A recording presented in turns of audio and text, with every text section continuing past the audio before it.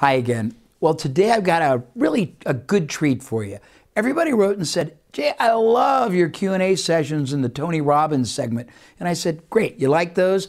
I'm going to one-up them. Today I'm going to give you 3. Got a lot more coming. Today I'm going to have 3 different Q&A sessions for you to watch. The first one is really interesting. Somebody stands up to the mic and asks me, Jay, how do I get quality people to work with and for me when I got no money to pay them?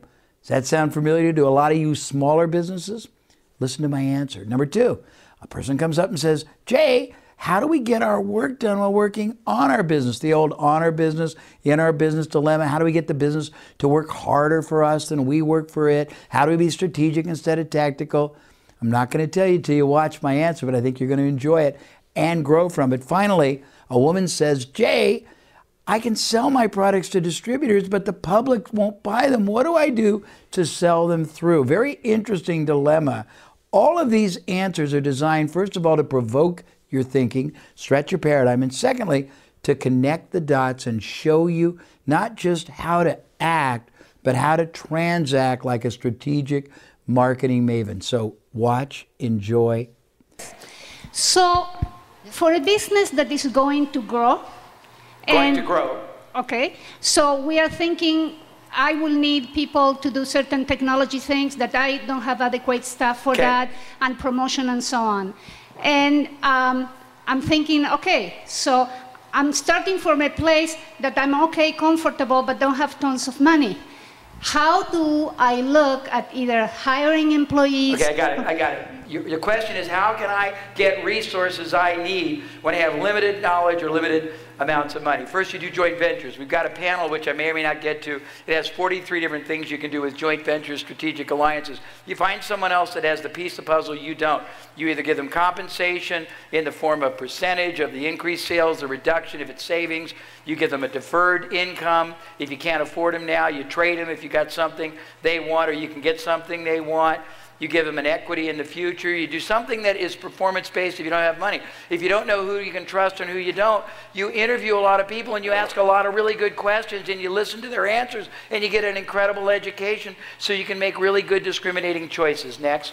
We're a small company, just a few of us. With the assessment that handed out, there was 39 things that I know we should be doing all of them. Oh, you guys got that. It's pretty cool, isn't it? Very, I mean, so what's your question? How do we get that done and our work? Okay, how do we run our business? Question.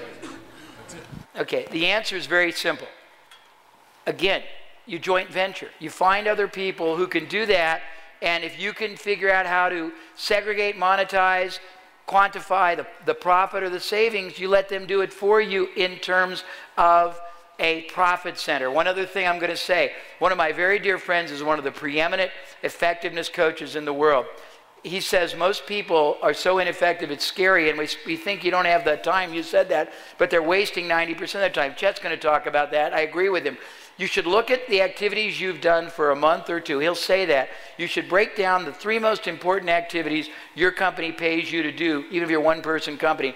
You should break each activity into 3 or 4 or 5 processes. You should value rank your performance in those processes on 3 different criteria. One is relevance, one is passion, and one is relevance, passion, competence.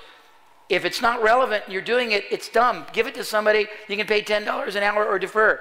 If you're dispassionate about it, you're okay at it, you're working 5 times as hard, or give it to somebody else. If you're not competent at it, give it to somebody else and do what you need to do most strategically for the betterment of the business. Yes? Where? Oh, I'm sorry, I didn't even see that line. Excuse me. You snuck up on me. Go ahead. Hello, thank you. I am good at selling business to business. Okay.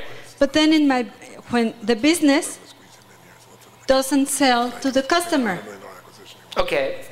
So what should you do? To the end, what should I do? You should have turnkey programs that help the businesses sell to the customer. It's pretty self-explanatory. That'll be your distinguishing advantage. You go to them and say, anybody can sell you these products or services, but only I can give you turnkey systems to sell it through to your end result. And just do that. Turnkey? Turnkey means they don't have to do anything but take what you give them and apply it. Whether it's you give them sales training for their salespeople, you give them letters to send to their prospects or their accounts or their retailers or the distributors, you give them emails, you do it all for them.